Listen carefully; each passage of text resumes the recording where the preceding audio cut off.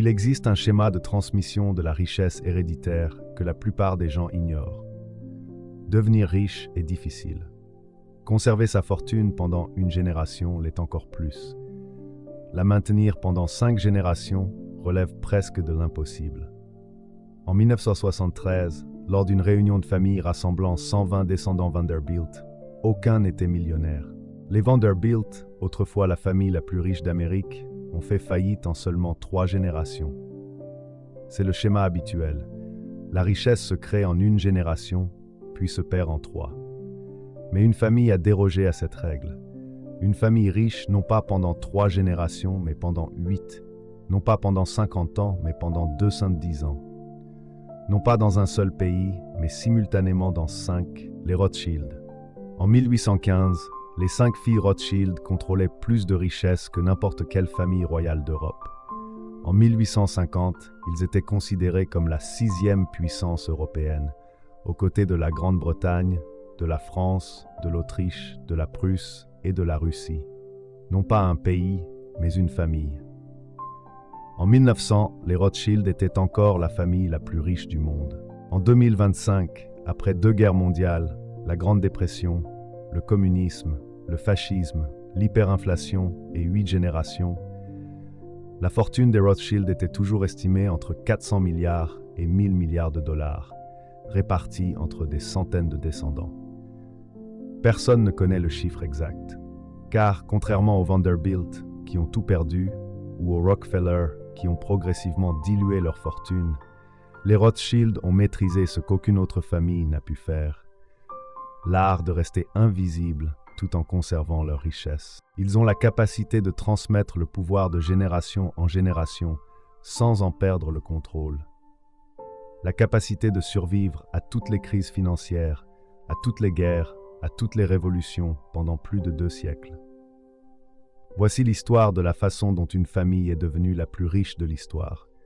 Non pas grâce à un fondateur de génie, mais grâce à un système, un réseau, une stratégie qui a fait ses preuves pendant 210 ans et qui continue de fonctionner. La stratégie des 5 fils, l'avantage informationnel, la stratégie consistant à jouer sur les 2 tableaux dans chaque conflit, la prise de contrôle de la banque centrale et les mécanismes qui assurent la croissance du patrimoine, même lorsque des erreurs sont commises au sein de la famille. Voilà le modèle Rothschild. Et une fois compris, vous comprendrez le véritable fonctionnement de la fortune familiale. Non pas la version mythique, mais la version réelle, où l'information est synonyme de pouvoir, les réseaux d'atouts et l'invisibilité, la clé de la préservation du patrimoine. Avant de comprendre comment ils y sont parvenus, il faut connaître leurs origines. Car les Rothschild n'ont pas commencé comme une riche famille aristocratique. Ils ont débuté dans un ghetto. En 1744, Meyer Amschel Rothschild naît dans la Judengasse de Francfort, le quartier juif, une rue unique où les Juifs étaient contraints de vivre, séparés du reste de la ville. La loi leur interdisait de posséder des terres, d'adhérer à des corporations ou d'exercer la plupart des professions. Mais ils étaient autorisés à prêter de l'argent, car la loi chrétienne interdisait l'usure, le fait de percevoir des intérêts sur les prêts. Les Juifs n'étaient pas soumis à cette contrainte. Le prêt d'argent devint donc une profession juive, non par choix, mais par nécessité. Le père de Meyer était changeur de monnaie et petit commerçant, sans grande notoriété. À la mort de son père, Meyer avait 13 ans. Il fut envoyé travailler à la banque Oppenheimer à Hanovre. Il y apprit les ficelles du métier et le fonctionnement des cours royales. Il comprit que les puissants ont besoin d'argent et que ceux qui contrôlent l'argent contrôlent les puissants. Cette prise de conscience fut à l'origine de la création d'une dynastie financière. À une vingtaine d'années, Meyer retourna à Francfort et se lança dans le commerce de pièces rares, non pas de monnaie courante, mais de pièces de collection. Pourquoi des pièces? Parce que la numismatique était un passe-temps à la mode au sein de l'aristocratie européenne. Cela permit à Meyer d'accéder aux princes et ducs, les véritables acteurs du pouvoir. En 1769, il devint intendant du prince Guillaume de Hanau, son agent financier. Meyer gérait les finances du prince, les investissait, les prêtait et en percevait une commission. Ce fut une véritable révolution. Le prince Guillaume devint l'un des hommes les plus riches d'Europe en louant des troupes de Hesse aux Britanniques pendant la guerre d'indépendance américaine. 30 000 mercenaires allemands payés par la couronne britannique. Et la fortune du prince Guillaume, des millions de livres, était gérée par Mayer Amschel Rothschild. Non seulement Mayer gérait cet argent, mais il le faisait fructifier. Il l'investissait dans toute l'Europe, le prêtait à d'autres gouvernements et enrichit le prince et lui-même. Mais c'est ce qui distinguait Mayer de tous les autres juifs de cour, de tous les autres financiers. Il ne gardait pas les affaires pour lui seul. Il construisait un réseau. Il eut 10 enfants, 5 garçons et 5 filles, et il les forma tous les 5 au secteur bancaire dès leur plus jeune âge. Il fit alors quelque chose d'inédit. Il les envoya dans différents centres financiers européens pour y fonder des banques. Non pas une seule banque, mais 5, une famille, 5 pays. Tous travaillaient de concert, partageaient leurs informations et opéraient ensemble. Permettez-moi de vous expliquer la stratégie. En 1788, Nathan Rothschild, le troisième fils, fut envoyé à Manchester, en Angleterre, puis à Londres où il créa M. Rothschild & Sons. En 1811, James Rothschild, le Benjamin, fut envoyé à Paris. Il prit la direction de la branche Rothschild parisienne. Salomon Rothschild fut envoyé à Vienne, où il devint Sem von Rothschild. Karl Rothschild fut envoyé à Naples, où il créa CM de Rothschild et Figli. Et Amschel Rothschild Jr., l'aîné, resta à Francfort pour diriger Amschel Rothschild & Sons. 5 frères, 5 villes, Francfort, Londres, Paris, Vienne, Naples. Il ne s'agissait pas seulement des centres financiers de l'Europe. Après la défaite de Napoléon, les capitales des 5 grandes puissances étaient l'Angleterre, la France, l'Autriche, la Prusse et les États italiens. Les Rothschild possédaient une banque dans chacune de ces puissances simultanément. C'était là leur génie stratégique. Il restait une seule famille, une seule entreprise. Leur coordination était étroite.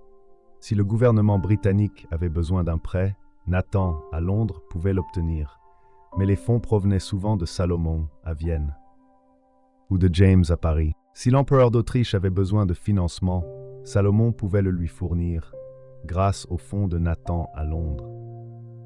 Il transférait de l'argent par-delà les frontières avant même l'invention du système bancaire moderne.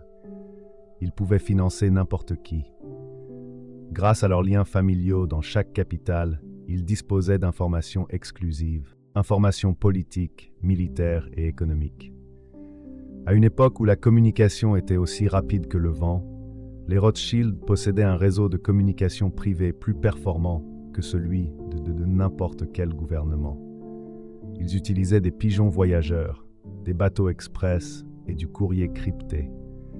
Ils étaient informés de ce qui se passait à Paris avant le gouvernement britannique et de ce qui se passait à Vienne avant le gouvernement français. Cet avantage informationnel valait plus que de l'or. Voyons maintenant comment ils l'ont utilisé. 1815, la bataille de Waterloo. Napoléon s'échappe de son exil. Il rassemble une armée. L'Europe est de nouveau en guerre. L'issue de la bataille déterminerait l'avenir du continent. Si Napoléon l'emporte, la France dominera l'Europe. Les obligations d'État britanniques s'effondreront. Si la Grande-Bretagne gagne, Napoléon sera vaincu. Les obligations d'État britanniques s'envoleront. La bataille a eu lieu le 18 juin 1815, près de Waterloo, dans l'actuelle Belgique. Nathan Rothschild se trouvait à Londres. Le résultat officiel de la bataille mit plusieurs jours à parvenir à Londres, mais Nathan avait des agents sur place. Dès que Wellington eut vaincu Napoléon, un agent Rothschild du nom de Rothworth se rendit directement sur la côte. Il traversa la Manche en bateau. Il arriva à Londres le 20 juin, un jour entier avant le messager officiel. Nathan Rothschild connaissait l'issue de Waterloo avant le gouvernement britannique, avant quiconque à Londres. Et voici ce qu'il fit. C'est bien documenté. Nathan entra à la bourse de Londres. Il se tenait à sa place habituelle et il commença à vendre massivement des obligations d'État britanniques. Tous les regards étaient tournés vers Nathan dans la salle des marchés. Les Rothschild étaient toujours les premiers informés. Si Nathan vendait, c'était mauvais signe. Cela signifiait que Napoléon avait gagné. La panique s'empara des traders. Ils se mirent à liquider leur position. Les obligations britanniques s'effondrèrent. Puis, discrètement, les agents de Nathan achetèrent. ils achetèrent tout au plus bas.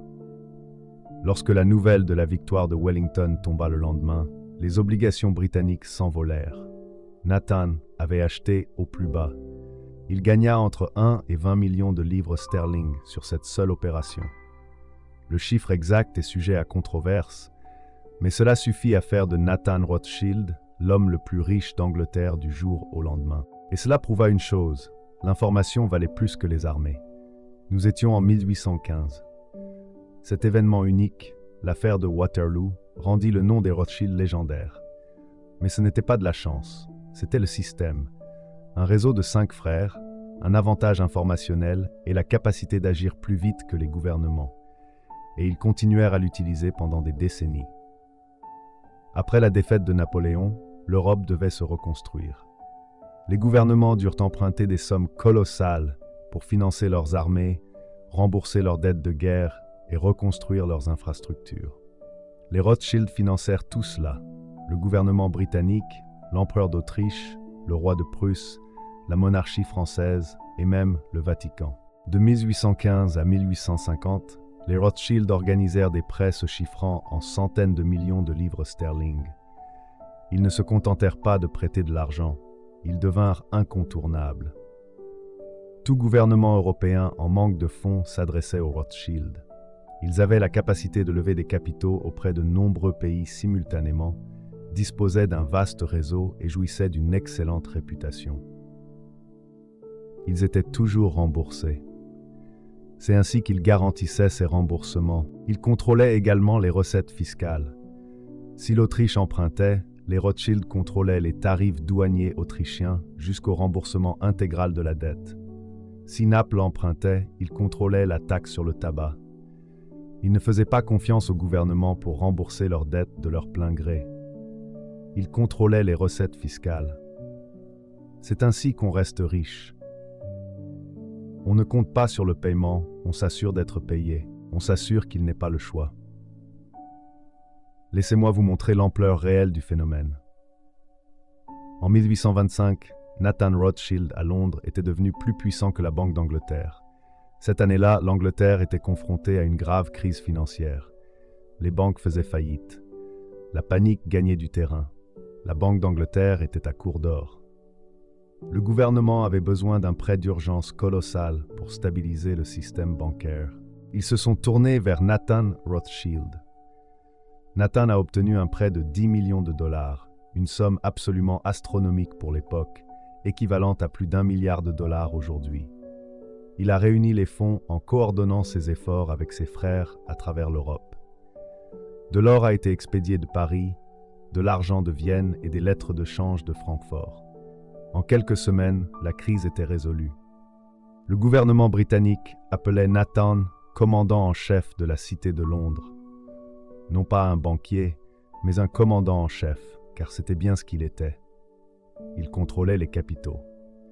Et celui qui contrôlait les capitaux contrôlait les nations. En 1850, la famille Rothschild, prise dans son ensemble, possédait plus de richesses que toutes les familles royales d'Europe réunies. On les appelait la 6e puissance, au même titre que les 5 nations les plus puissantes de l'époque. Imaginez, l'Angleterre, la France, l'Autriche, la Prusse, la Russie et les Rothschild. Non pas une nation, mais une famille. C'était un pouvoir sans précédent, et ils l'ont conservé pendant un siècle. Voyons maintenant comment ils ne se sont pas enrichis uniquement grâce aux emprunts d'État. Ils se sont diversifiés dans tous les domaines stratégiques. Ils ont financé la révolution industrielle, chemins de fer, mines, infrastructures. Dans les années 1830 et 1840, les chemins de fer révolutionnaient les transports. Mais la construction de lignes ferroviaires exigeait des capitaux colossaux. Gouvernements et entreprises privées avaient besoin de financement. Les Rothschild ont financé la construction de chemins de fer à travers l'Europe. En France, ils ont financé le chemin de fer du Nord. En Autriche, ils ont financé la Nordbahn. En Angleterre, ils détenaient des participations dans plusieurs compagnies ferroviaires. En 1860, les Rothschild contrôlaient plus de kilomètres de voies ferrées que toute autre famille ou entreprise en Europe. Ils ne se contentaient pas de financer les chemins de fer, ils les possédaient. Et les chemins de fer représentaient la technologie de l'époque, un peu comme le contrôle de l'infrastructure Internet aujourd'hui. Qui contrôlait les chemins de fer contrôlait le commerce, l'économie et le développement d'un pays. Les Rothschild contrôlaient les chemins de fer, et ils contrôlaient également les mines. Dans les années 1830, ils ont pris le contrôle de la mine de mercure d'Almadén, en Espagne, la plus grande mine de mercure au monde. Le mercure est essentiel au raffinage de l'argent. Sa maîtrise garantissait le contrôle de la production d'argent sur l'ensemble du continent américain. Dès les années 1850, il contrôlait la Rio Tinto Mining Company en Espagne, productrice de cuivre et de fer. Il possédait également les mines de diamants de Beers en Afrique du Sud. À une certaine époque, les Rothschild contrôlaient une part importante de l'approvisionnement mondial en diamants. Ils financèrent la construction du canal de Suez en Égypte. Lorsque l'Égypte fit défaut sur sa dette, les Rothschild prirent une participation dans la société exploitant le canal. Ils financèrent l'exploration pétrolière à Bakou, aujourd'hui en Azerbaïdjan, par le biais de la Rothschild Petroleum Company, une entreprise qui concurrençait directement la Standard Oil de Rockefeller dans les années 1880. Les Rothschild n'étaient pas seulement des banquiers, c'étaient des industriels. Ils possédaient des actifs physiques qui créaient de la valeur, même en période de fluctuation des marchés financiers. C'était l'art de la préservation du patrimoine. Les actifs financiers peuvent s'effondrer, mais les actifs physiques, mines, chemins de fer, terres, conservent leur valeur. Les Rothschild l'avaient compris mieux que quiconque. J'aimerais maintenant aborder un point souvent méconnu à leur sujet. Ils ne se contentaient pas de financer des gouvernements en temps de paix. Ils finançaient les deux camps en temps de guerre. C'est un fait avéré et non une théorie du complot. C'est un fait historique. Lors de la guerre austro-prussienne de 1866, les Rothschild ont financé l'Autriche et la Prusse, c'est-à-dire les deux camps. Lors de la guerre franco-prussienne de 1871, ils ont également financé la France et la Prusse. Pourquoi une famille financerait-elle les deux camps en guerre? Il y a 3 raisons. Premièrement, cela permet de s'assurer d'être toujours du côté des vainqueurs. Le vainqueur est celui qui peut rembourser ses dettes. Deuxièmement, cela exerce une influence sur les deux camps. Si vous financez une guerre, le gouvernement en cause devient dépendant de vous. Il ne peut se permettre le luxe de vous combattre. Troisièmement, la guerre est toujours une activité extrêmement lucrative. En temps de guerre, les gouvernements sont contraints d'emprunter des sommes considérables. Les taux d'intérêt sont élevés. Les primes de risque sont élevées. Et si vous êtes la seule famille capable de lever des capitaux à l'étranger, en cas de crise, vous pouvez fixer les honoraires que vous souhaitez. Les Rothschild ont bâti leur fortune grâce à la guerre, non pas en vendant des armes, mais en fournissant le financement qui la rend possible. Après la guerre, ils ont continué à financer la reconstruction. Ils ont gagné de l'argent au début du conflit et ils en ont gagné à la fin. Tel était leur système. Prenons un exemple concret, la guerre de sécession 1861-1865. Le Nord avait besoin de financement, le Sud aussi. August Belmont, représentant des Rothschild à New York, a contribué à obtenir des financements pour le Nord en vendant des obligations en Europe. Parallèlement, d'autres représentants Rothschild ont étudié la possibilité de financer le Sud. Officiellement neutres, les Rothschild étaient néanmoins toujours prêts à financer les deux camps si la situation l'exigeait. Le Nord a remporté la victoire. Les Rothschild ont profité des obligations du Nord. Après la guerre, ils ont financé l'expansion du réseau ferroviaire américain vers l'Ouest. Ils gagnent de l'argent grâce à la guerre. Ils gagnent de l'argent grâce à la paix. C'est ainsi que l'on bâtit une fortune qui perdure pendant des siècles. On ne prend jamais parti, on prend parti pour le capital. Et le capital se moque de savoir qui gagne. Le capital ne se soucie que du profit.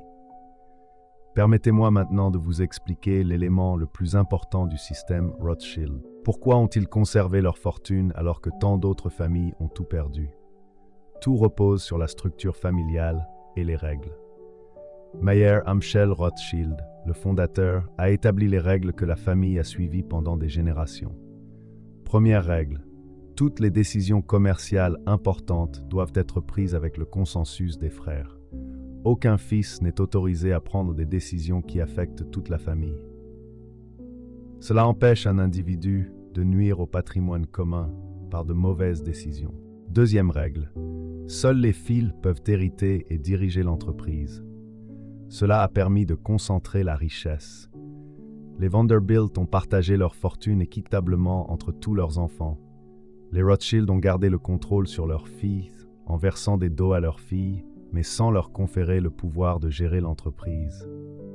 Aujourd'hui controversée, cette pratique a pourtant permis de préserver l'empire pendant 8 générations. Troisième règle, encourager les mariages consanguins. Les cousins Rothschild se mariaient entre eux.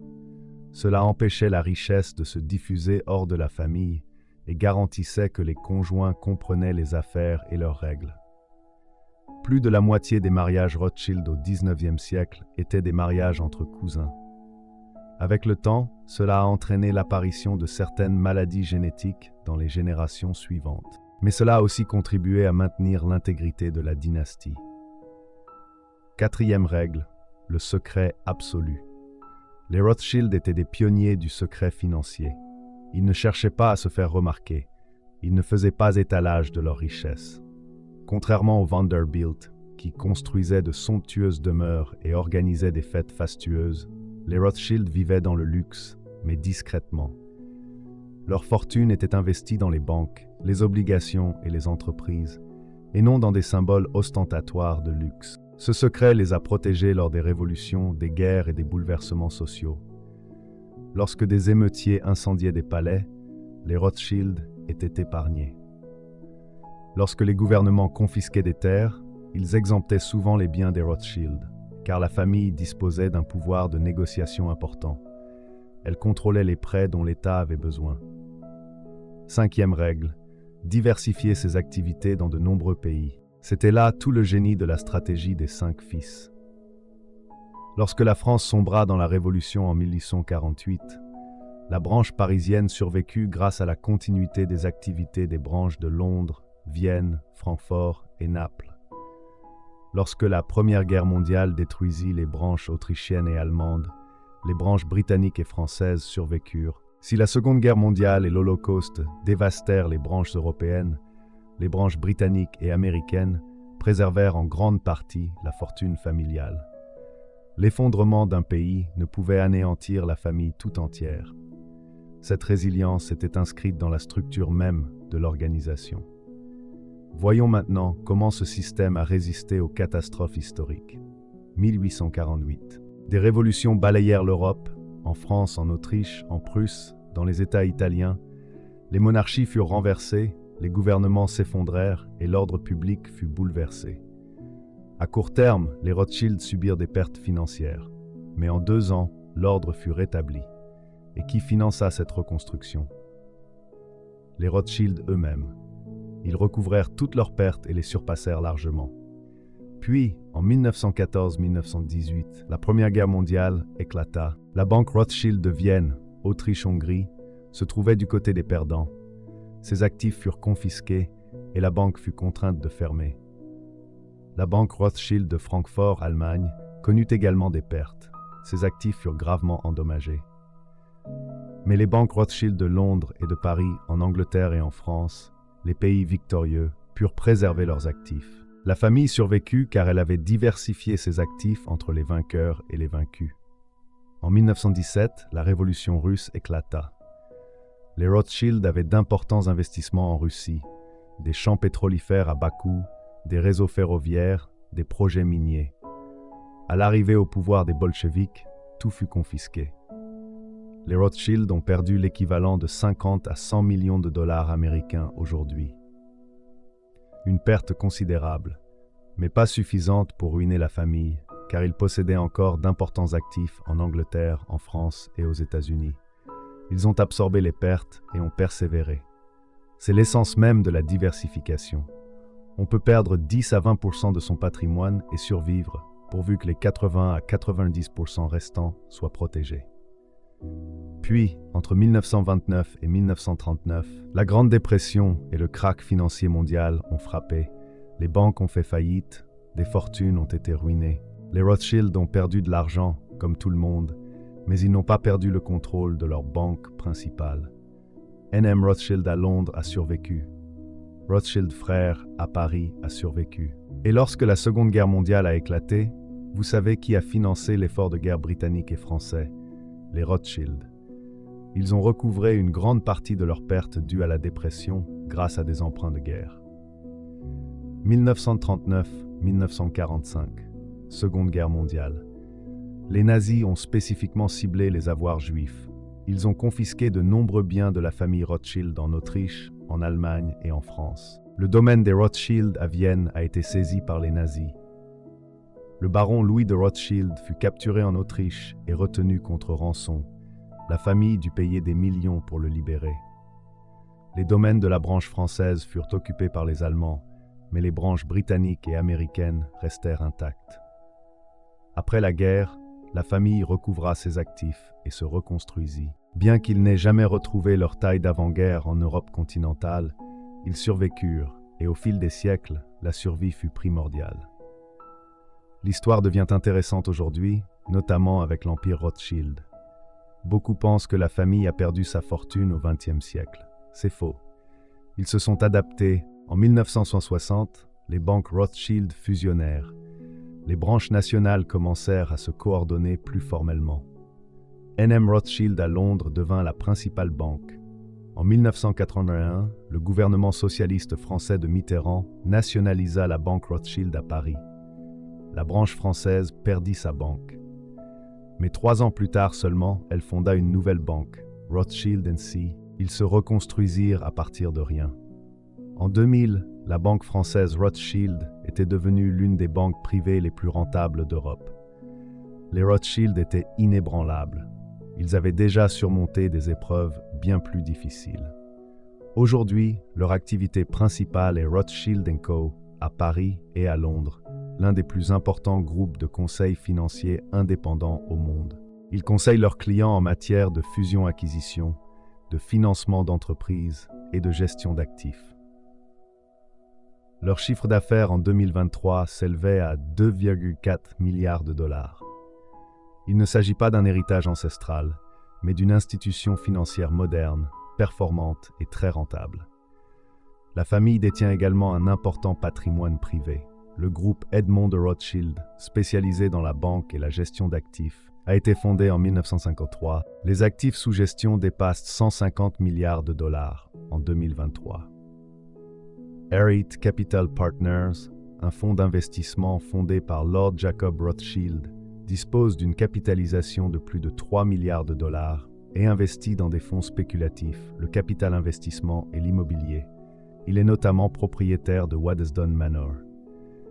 La famille possède également de vastes étendues de terre en Angleterre et en France, des domaines, des collections d'art et les vignobles les plus prestigieux de France. Château Lafite Rothschild, Château Mouton Rothschild, des bouteilles de vin vendues à des milliers de dollars l'unité.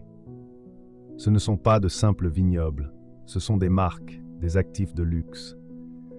La famille investit également dans le capital risque et le capital investissement à travers divers fonds, énergie propre, technologie, immobilier, mines.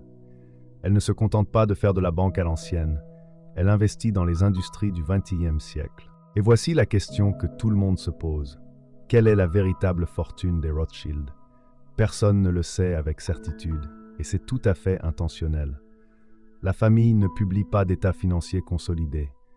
Il n'existe aucune entité Rothschild Inc. dans les registres publics. La famille compte des centaines de descendants, peut-être plus de 500. Chaque branche possède sa propre fortune.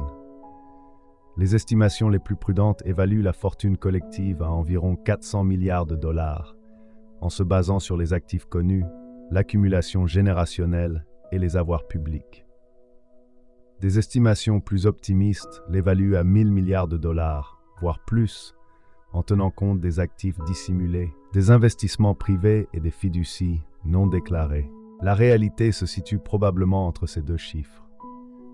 Prenons l'exemple d'une fortune d'environ 500 à 700 milliards de dollars, répartie entre plus de 500 descendants. Cela représente en moyenne 1 à 1,4 milliard de dollars par personne. Mais la répartition est extrêmement inégale. Les membres les plus influents de la famille, ceux qui contrôlent les banques, possèdent des fortunes de plusieurs dizaines de milliards de dollars. Pendant ce temps, des parents plus éloignés ne possèdent parfois que quelques centaines de millions de dollars. À tous égards, les Rothschild sont presque certainement plus riches que la famille Walton, propriétaire de Walmart, dont la fortune s'élève à 247 milliards de dollars. Plus riches que la famille Mars, dont la fortune est estimée à environ 160 milliards de dollars.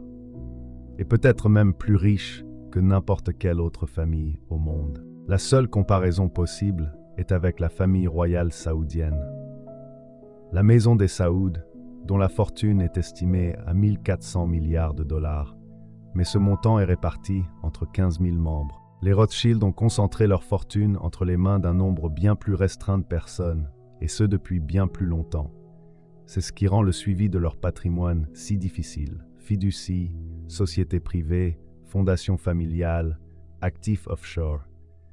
La famille est pionnière en matière de secrets financiers. Leur fortune n'est pas concentrée en un seul endroit, mais répartie dans des banques privées en Suisse, au Luxembourg et à Monaco. Leurs biens immobiliers sont détenus par le biais de fiducies dans diverses juridictions. Quant à leur collection d'art, les Rothschild possèdent l'une des plus belles collections au monde, mais ils la gardent totalement privée.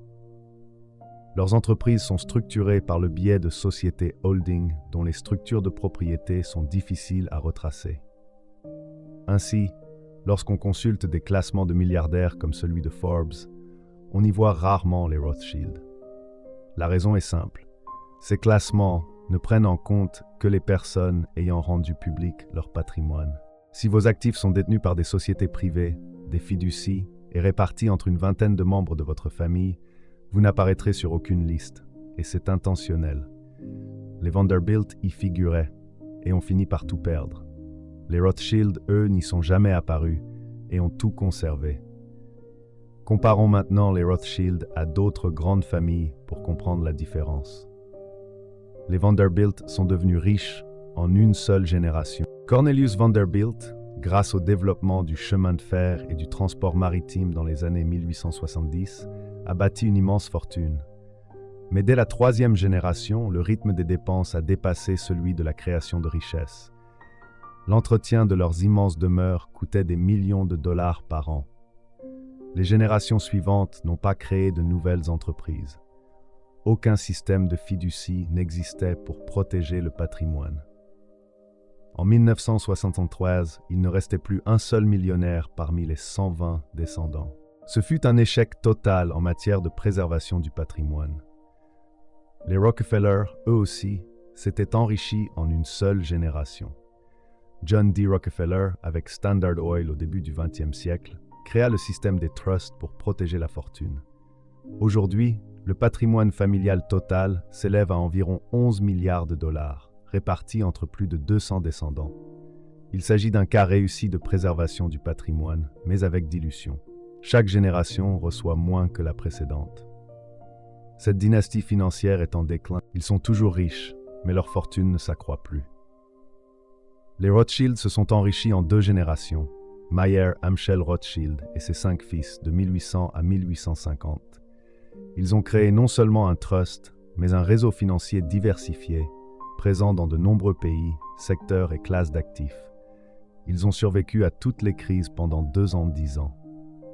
Aujourd'hui, la fortune familiale est estimée entre 400 milliards et 1000 milliards de dollars, répartie entre plus de 500 descendants.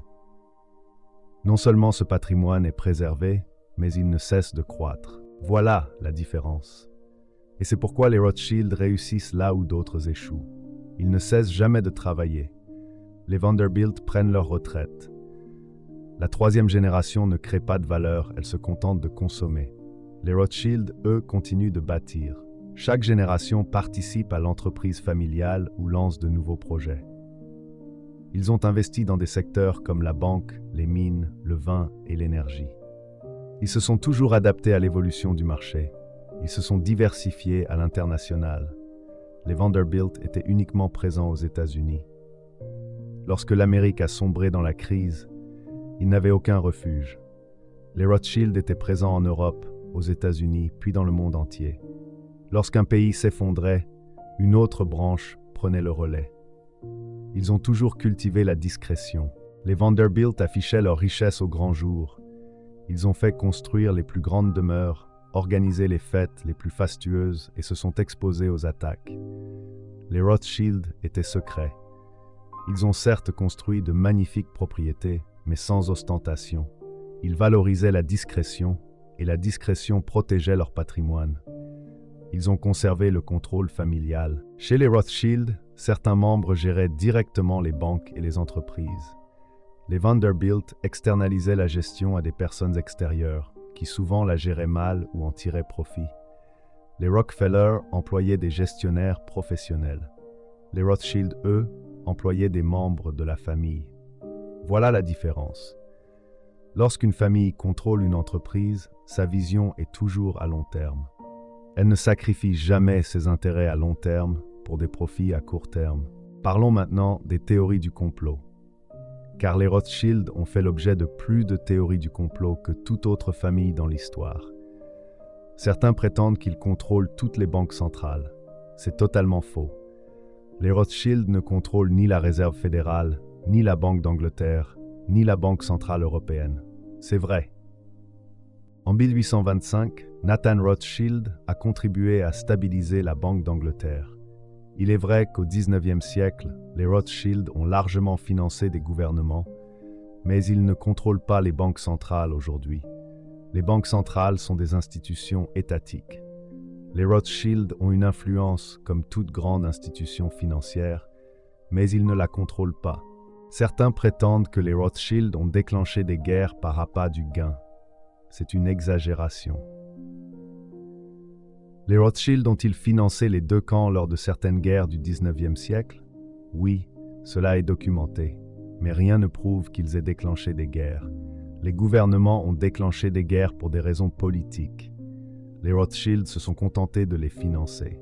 Cela ne signifie pas qu'ils en soient la cause. Certains prétendent que les Rothschild contrôlent l'économie mondiale.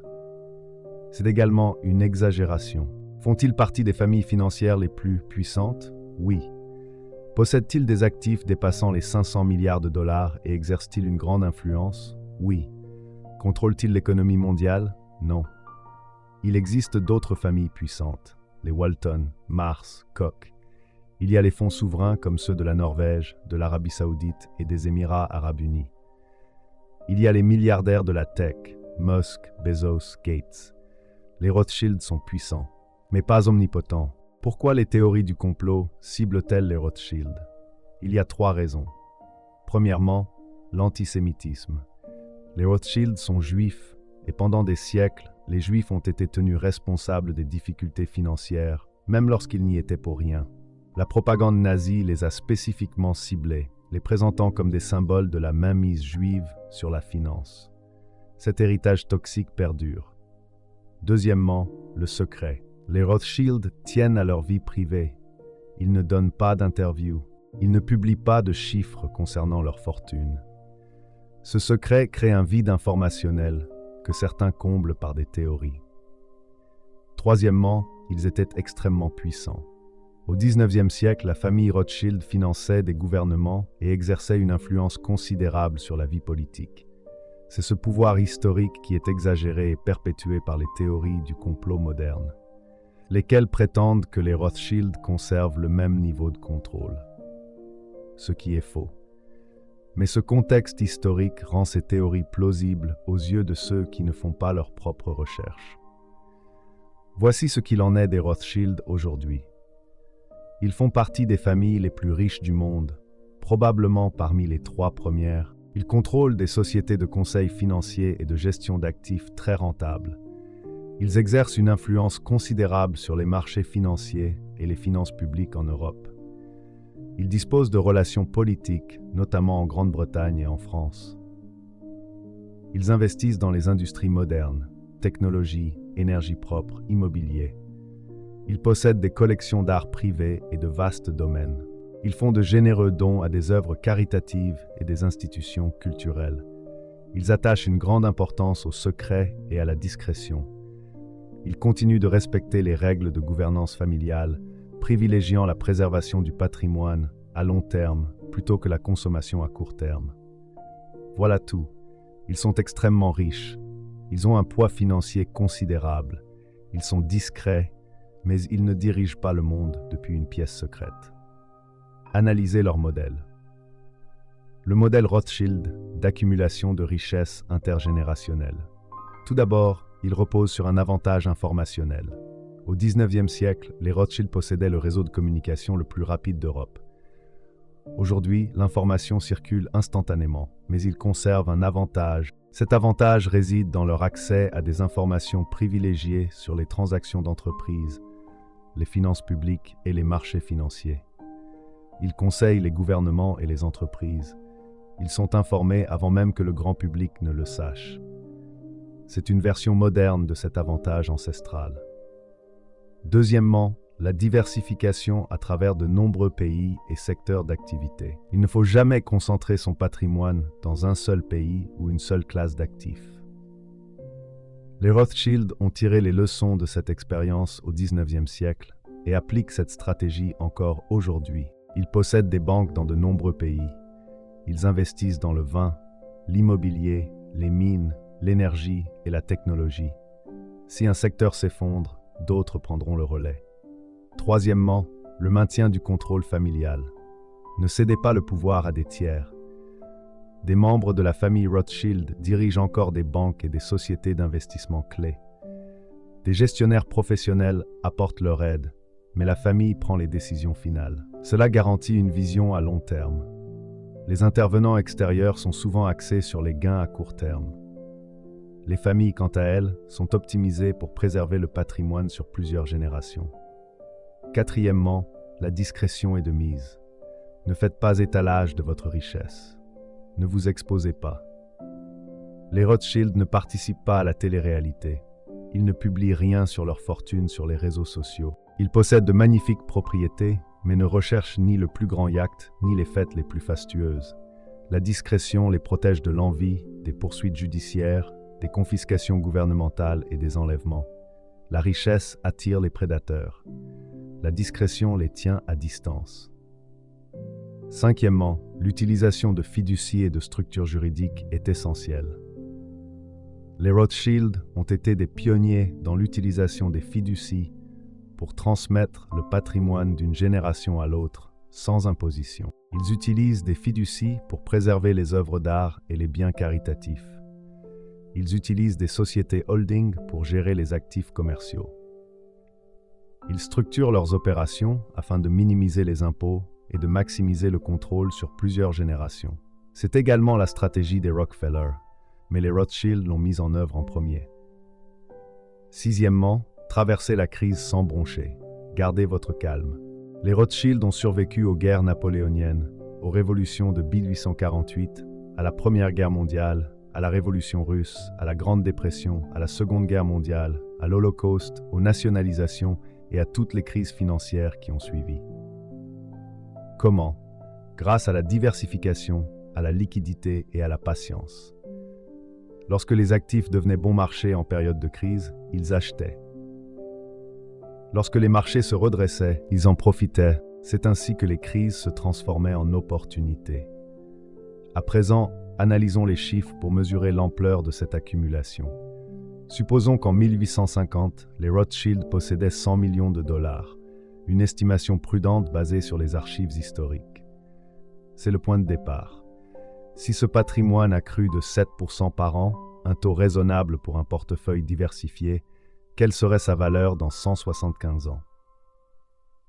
Venons-en maintenant à la question essentielle. Pourquoi s'intéresser aux Rothschild? Pourquoi est-ce important?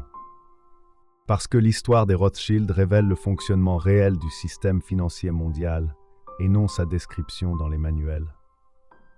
Elle reflète la réalité. Les Rothschild ont démontré que l'information est un pouvoir. Celui qui l'obtient en premier l'emporte. Cela reste vrai aujourd'hui sur les marchés financiers. Les sociétés de trading haute fréquence engrangent des milliards en ayant quelques millionièmes de seconde d'avance sur leurs concurrents. C'est le même principe que les Rothschild ont appliqué avec les pigeons voyageurs en 1815. Ils ont prouvé que le financement prime sur la propriété. Nul besoin de posséder une usine pour la contrôler. Il suffit de contrôler sa dette. Celui qui contrôle le financement contrôle l'entreprise. Cela vaut pour les entreprises, les gouvernements et les particuliers. La dette est un instrument de pouvoir. Ils ont également prouvé qu'une stratégie à deux volets est toujours payante.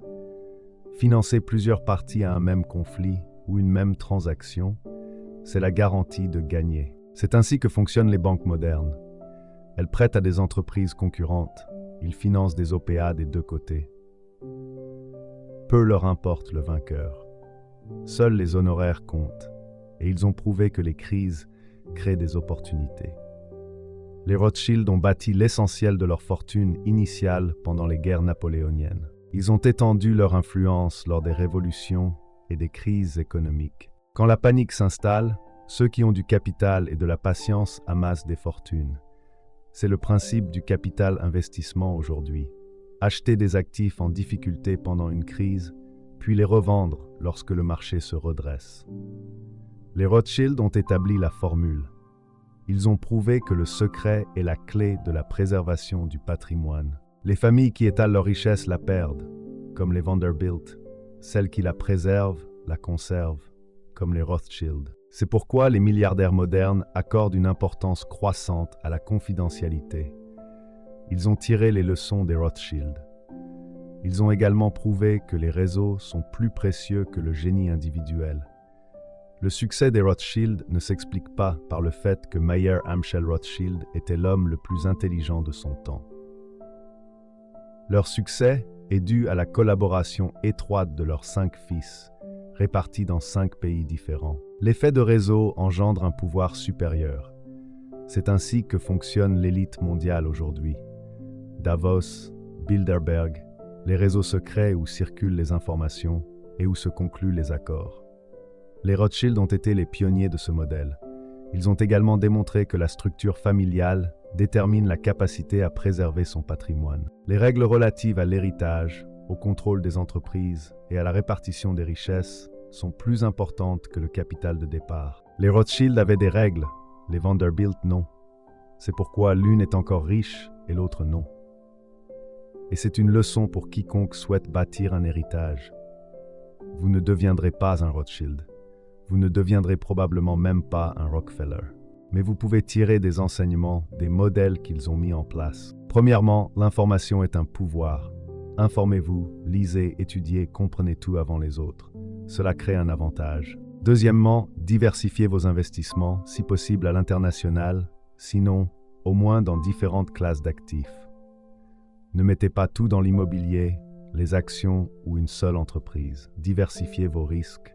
Troisièmement, privilégiez la mise en place de systèmes plutôt que l'accumulation de richesses. Les Rothschild n'ont pas simplement accumulé des richesses, ils ont bâti un système de coordination entre leurs frères. Ce système a généré de la richesse pour des générations. Quel est votre système?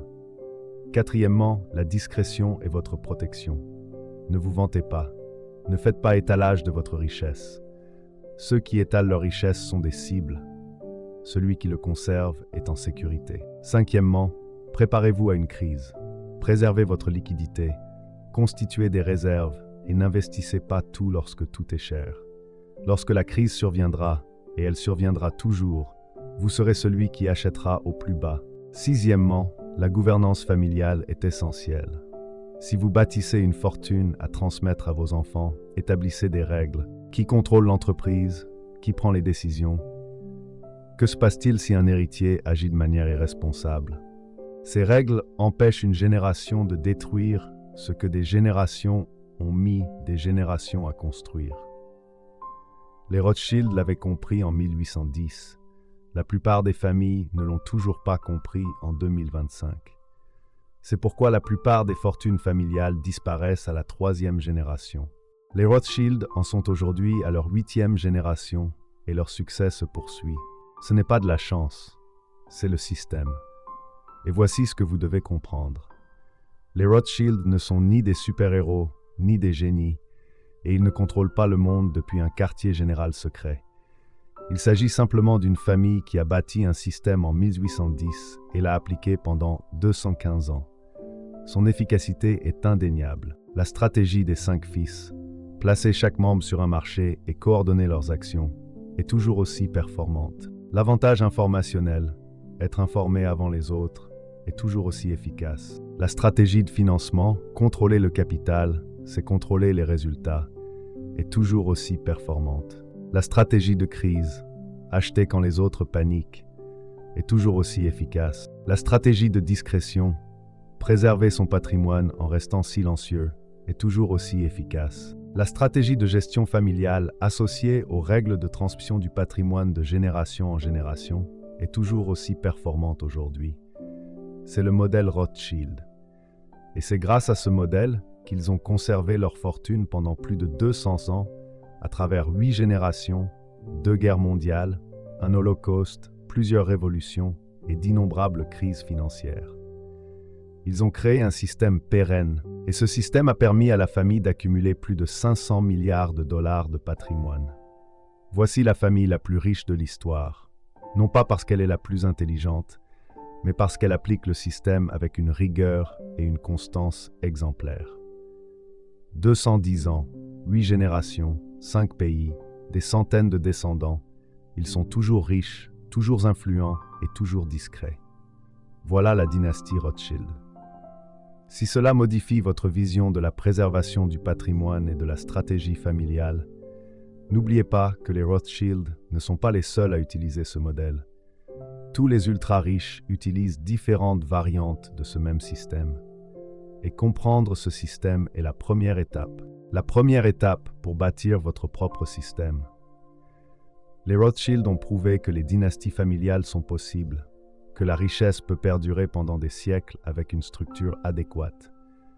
La question n'est pas de savoir si c'est possible, mais si vous êtes prêt à construire le système qui le rend possible. Les Rothschild ont débuté dans un quartier pauvre en 1744. Alors, d'où partez-vous et quel système construisez-vous? L'histoire a la réponse, et les Rothschild en ont posé les fondements.